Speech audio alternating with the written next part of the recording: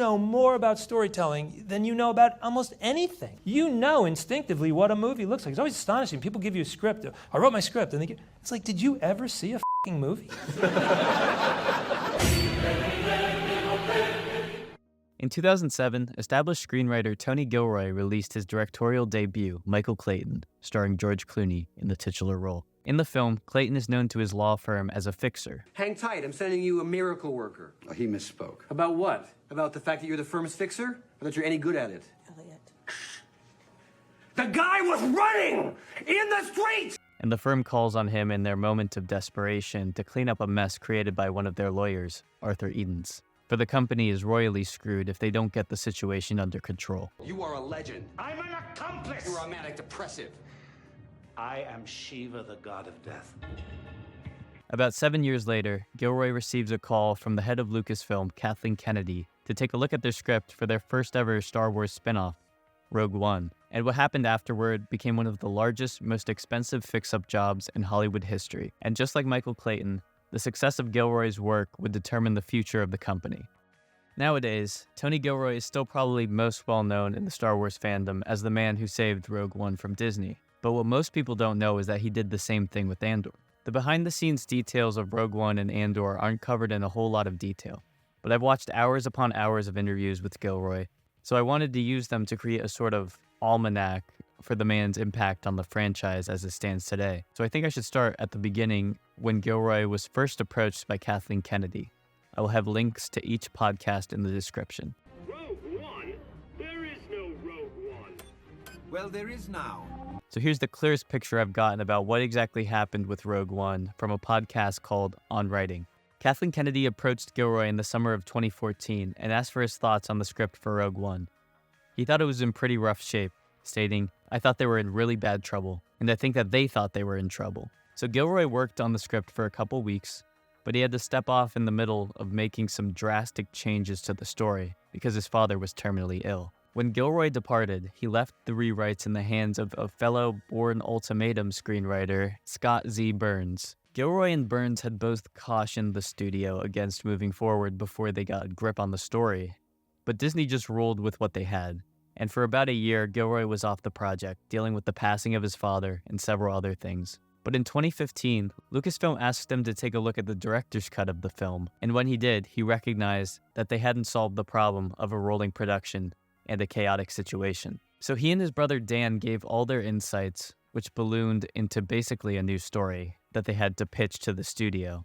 A pitch that Lucasfilm decided to invest in for the sake of the IP, understanding that their second film in the Star Wars franchise couldn't be a disaster. There are rumors that the original story had a rebel base located on Dantooine, Leia in an expanded role, Jyn and Cassian had a scripted romance, and K2SO being the only casualty. But Gilroy has stated that everyone was going to die from the outset, which sort of calls into question the veracity of any of these rumors. There is one thing the original writer Chris Weitz said about the Death Star being a mystery until the very end, but there's not a whole lot about the content of the director's cut. So Gilroy looked at what he describes as a mess, and he decided that it was a simple fix. Everyone is going to die, therefore it's a movie about sacrifice. And the way you make the audience feel this sacrifice is by developing these characters and their motivations, and making you feel for these characters. Ultimately, he worked on the film for about 10 months and got a writer's credit, which can only be achieved by writing over 33% of the movie. So the rumors that 40% of the film was reshot are certainly in the right ballpark. And it's interesting to see the drastic shift in Gilroy's enthusiasm for Star Wars. After helping out on Rogue One, he made the notorious statements about his feelings toward the franchise. I just never been interested in Star Wars ever. So I had no reverence for it whatsoever. I was unafraid about that. And they were in such a swamp. They needed you. Well, they were just in so much terrible, terrible trouble that all you could do is improve their position. He's also described working on Rogue One, despite it being such a dark time for him, as an extraordinary learning experience and a miraculous win. And his enthusiasm grew much more once Andor Season 1 was released. Today was about wiping the taste of Aldani from the Emperor's mouth. You want to start a conversation? Find access. So jumping over to that project, I had a lot of great insight from a few podcasts, namely The Watch, The Writers Panel, and a Q&A with Jeff Goldsmith. So the plans for a TV series based around Cassian Andor was a discussion at Lucasfilm long before Disney Plus was launched. Extremely pleased with the box office success of Rogue One and crediting much of that success to Gilroy. Naturally, Lucasfilm was interested in Gilroy's opinion on the idea. Kennedy sent him what they had for their current rendition of Andor, which is unrecognizable compared to the show we ended up with. The idea was basically to make a series about Cassian and K2SO, following their weekly adventures, with every week being a new mission, and this formula is suspiciously similar to another Star Wars property on Disney+. Gilroy told them that it was a noble effort, but the plan just isn't feasible for a TV show. You couldn't have a Butch and Sundance sort of K2 and Cassian doing a mission every week, because you could only storm the Citadel,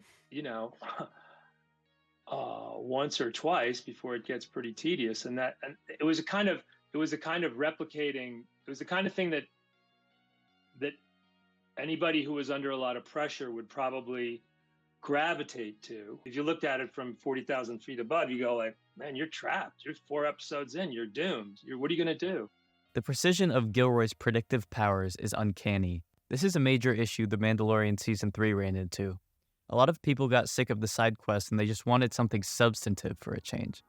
His other issue with the idea was that Lucasfilm would have to spend loads of money to produce a Star Wars show, so he didn't think a show in this universe was even possible because of the economics. Rather than leaving it at these criticisms, Gilroy wrote them a whole manifesto on how a theoretical prequel show about Cassian Andor should look, as if to prove to Lucasfilm that doing the show the correct way would be way too expensive to ever get made. This is entirely due to its expansive scope and Dickensian approach to the story.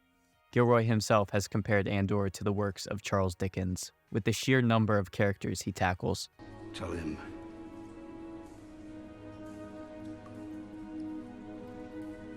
I love him more than anything he could ever do wrong. At the time, Lucasfilm didn't seem to respond to his manifesto, so they tried to keep developing their concept for what the Andor and K2 show should look like, but they kept running into the same roadblocks. So there came a time when Gilroy's roadmap was looking more and more appealing, and by this time The Mandalorian had given them great success on Disney+, and now they had all that Baby Yoda money, so now they were willing to invest in Gilroy's vision.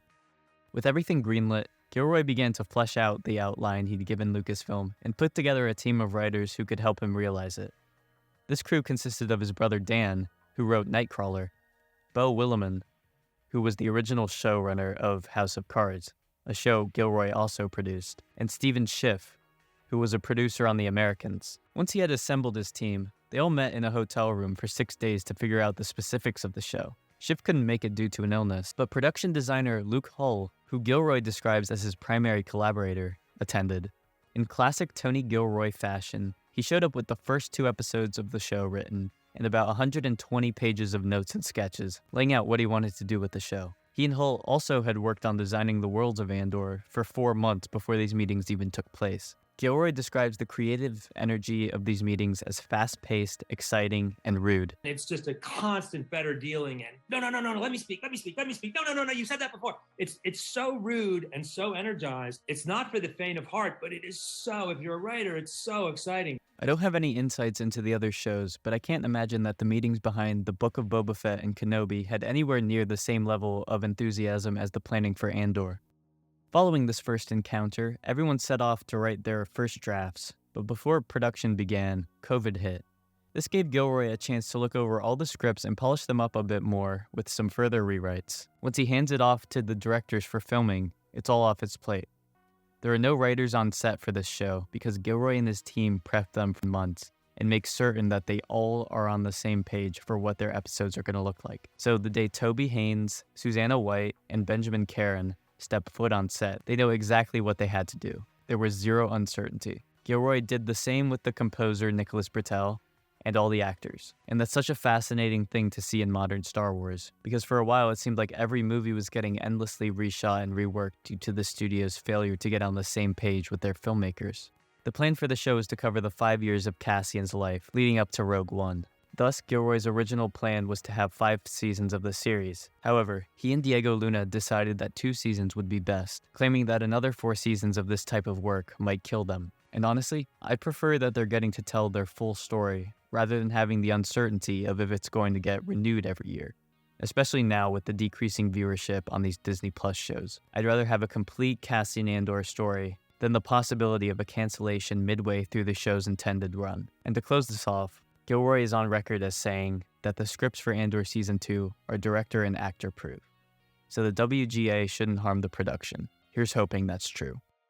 I want to feel like we honored there's some canonical things that happened in this 5-year period that we're responsible for. I want that audience in that room that really cares the most to feel like we've been, proper and reverential and careful with the property. At the same time, we really want to stick the landing.